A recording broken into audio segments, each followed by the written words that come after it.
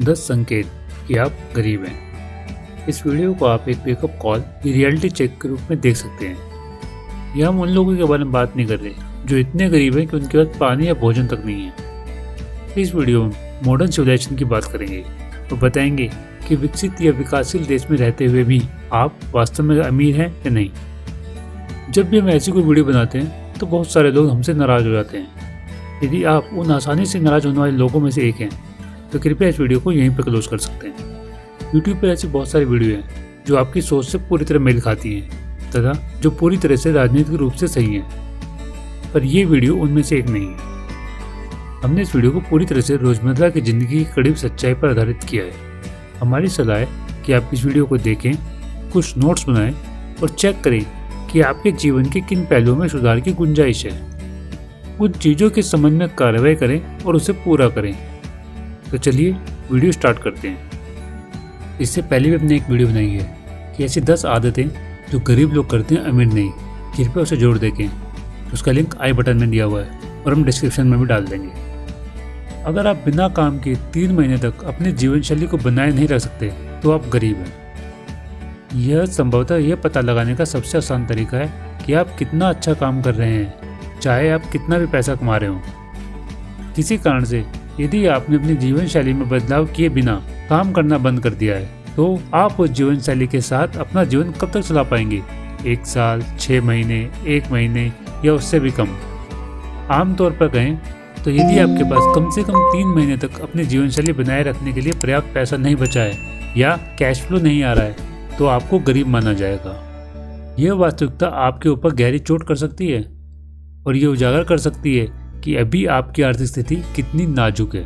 हर किसी को सबसे खराब परिस्थिति से सुरक्षा की आवश्यकता होती है और ये तथ्य कि आपके पास सुरक्षा नहीं है आपको असुरक्षित बना देता है। इस 3 महीने के चेक की खूबी यह है कि इससे कोई फर्क नहीं पड़ता कि आप प्रति वर्ष 60,000 कमाते हैं या 10 मिलियन। आपने निश्चित खर्चे अर्जित कर लिए हैं और आपकी जीवन शैली उनकी कीमतों पर आधारित है। इसे सॉल्व करने का एक तरीका है। उसके लिए आपको कैलकुलेशन करनी पड़ेगी कि आपकी मंथली एवरेज एक्सपेंसेस कितने हैं और अगले 3 महीने तक उन एक्सपेंसेस को पूरा करने के लिए आपके पास पर्याप्त सेविंग होनी चाहिए। या एक दूसरी इनकम बनाएं जिस पर आपके काम करने या ना करने से कोई फर्क न पड़े। इसके उदाहरण रियल एस्टेट, बौद्धिक संपदा के लिए रॉयल्टी उधार देना या किसी और के व्यवसाय में अल्पसंख्यक मालिक होना। सेकंड पॉइंट है, यदि आप अपने बिल का भुगतान नहीं कर पा रहे हैं तो आप गरीब हैं।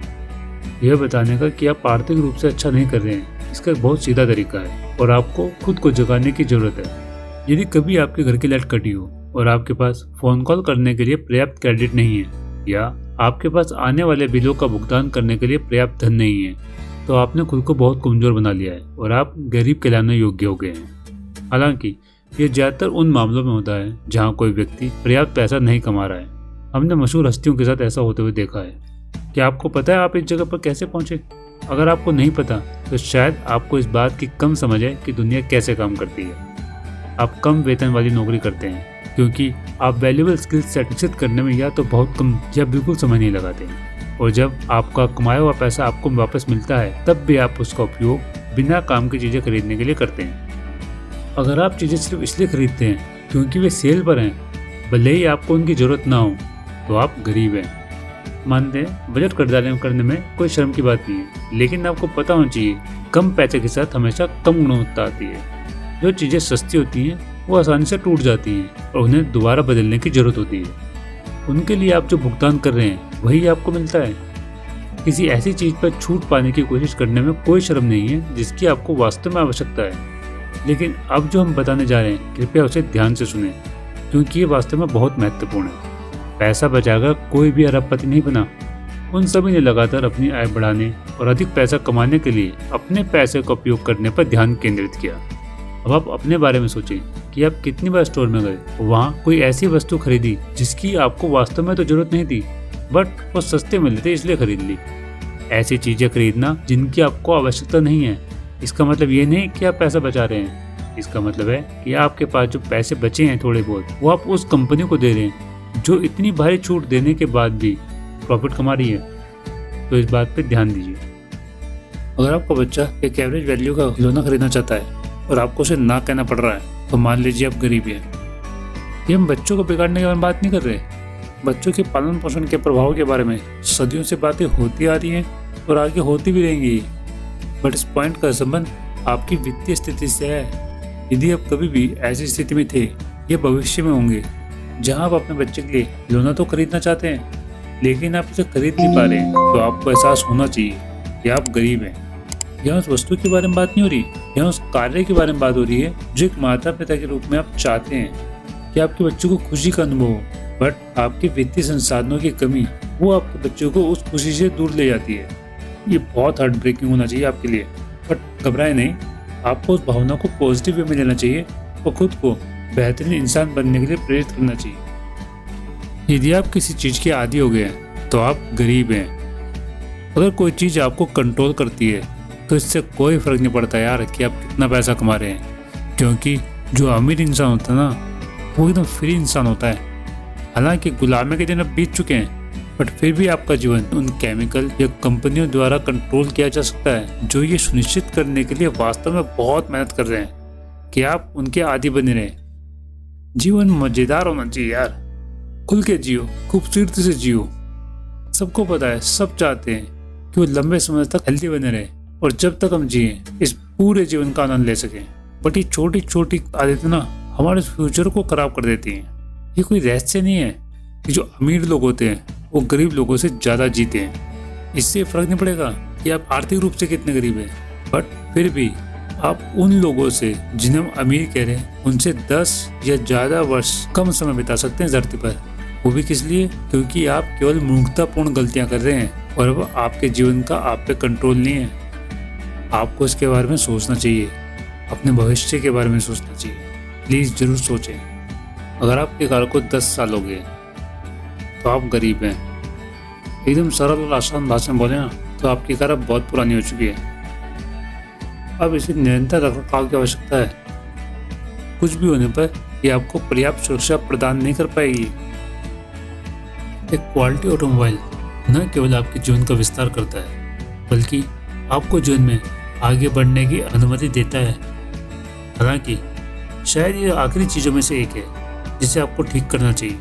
अगर पैसे के पर्सपेक्टिव से देखें और आप एक उबर या ओला ड्राइवर नहीं है तो जो कार आपके पास है ना वो आपका एसेट्स नहीं बल्कि आपका एक्सपेंस है। आपको पहले अपनी मानसिकता और अपनी शिक्षा को ठीक करना होगा और फिर अंत में अपनी कार को अपग्रेड करना होगा। यदि आप ये उम्मीद करते हैं कि रिटायर होने के बाद सरकार आपकी देखभाल करेगी तो आप गरीब हैं। ओहो, हो सकता है इसकी वजह से मैं बहुत गालियाँ खानी पड़े, बट ये सच है कि ज़्यादातर गरीब लोग दूसरों से अपेक्षा रखते हैं कि वो उनकी समस्याओं का ध्यान रखें। आप इसे हर समय समाचारों में देख सकते हैं जहाँ लोग खुद को बुरी परिस्थितियों में डालते हैं और फिर उनकी मदद न करने के लिए सरकार को जिम्मेदार ठहराते हैं। अगर आप किसी राजनेता या सरकार द्वारा आपको अमीर बनाने की प्रतीक्षा कर रहे हैं तो आप दिमागी रूप से बीमार हैं। हमारे देश में इतने सारे लोग हैं और एक व्यक्ति के रूप में आप राजनीतिक तंत्र के लिए कोई मायने नहीं रखते हैं। एक व्यक्ति के रूप में आप में उन्हें कोई इंटरेस्ट नहीं है। सरकार जनता के साथ व्यवहार करती है और ऐसे कानून पारित कर सकती है जो अर्थव्यवस्था और लोगों की मदद करते हैं। At the end of the day ये आपका काम है। जो आपके पास है या आपको दिया गया है उसका सर्वोत्तम लाभ उठाएं। पॉलिटिशियन आएंगे जाएंगे, आपकी सफलता उन पर निर्भर नहीं होनी चाहिए, अन्यथा आप वास्तव में इसके लायक नहीं हैं। अगर आप पैसा आने से पहले ही खर्च कर देते हैं तो आप गरीब हैं। ये पॉइंट अकेले ही गरीब लोगों के गरीब रहने का मुख्य कारण है।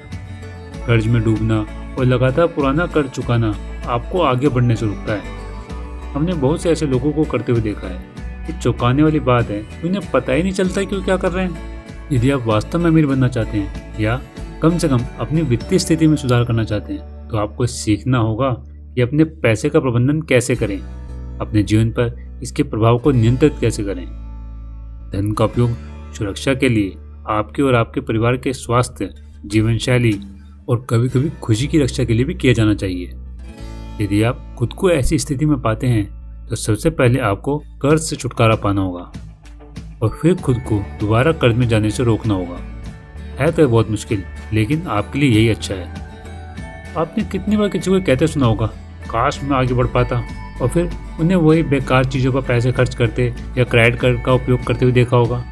जिस टाइम आप अपने क्रेडिट कार्ड का उपयोग कुछ ऐसी चीज़ें खरीदने के लिए करते हैं जिस पर पॉजिटिव रिटर्न नहीं मिलता, तो वह सारा काम जो आप करने वाले हैं वो सारा समय जो आप लगाते हैं, सारी मेहनत जो आपने अब तक की है, वो सब बेकार हो जाती है। यदि आप वाईफाई या बिजली चुराते हैं या फिल्मों और म्यूजिक के लिए टोरेंट का उपयोग करते हैं तो आप गरीब हैं। हमें गलत मत समझिए, हम मानते हैं कि आपको अपने ज्ञान और कौशल को बेहतर बनाने के लिए वह सब करने की जरूरत है जो आप कर सकते हैं। और अब तो इंटरनेट बहुमूल्य जानकारी से भरा हुआ है जो आपको अपने लक्ष्य की ओर बढ़ावा दे सकता है। लेकिन फिर भी चोरी करना सही नहीं, चाहे वो किसी भी रूप में हो, चाहे अपने फायदे के लिए हो, अपने ज्ञान को बढ़ाने के लिए हो, किसी भी रूप में हो, चोरी चोरी है। यदि आप इनमें से किसी भी चीज के लिए भुगतान नहीं कर पा रहे तो ये स्पष्ट संकेत देता है कि आप गरीब हैं। और आपको समझना होगा अपने द्वारा संचित ज्ञान का उपयोग कड़ी मेहनत करने और शौक को केवल में सही स्थान पर लाने के लिए करें, न कि चोरी करने के लिए।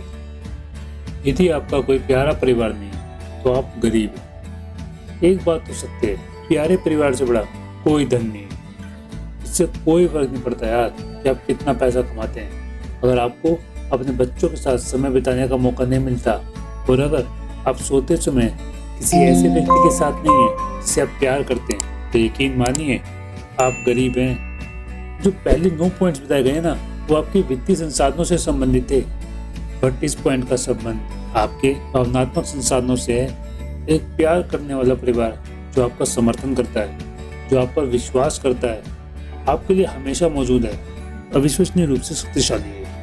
जब भी आप ये वीडियो देख रहे हैं और आपके माता पिता अभी भी जीवित हैं तो आप ये भी नहीं जानते कि आप कितने अमीर हैं। ये ऐसी चीजें हैं जिन्हें हम हल्के में लेते हैं और उनकी वैल्यू का एहसास हमें उनके छिन जाने के बाद होता है। आपको उन लोगों में से एक नहीं बनना, बल्कि उसके बजाय अपने बच्चों के साथ समय बिताएं और सुनिश्चित करें कि वे बेहतरीन इंसान बने।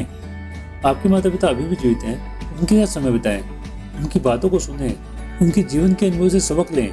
और हाँ, एक बात और, अपने साथी को कभी भी हल्के में न लें।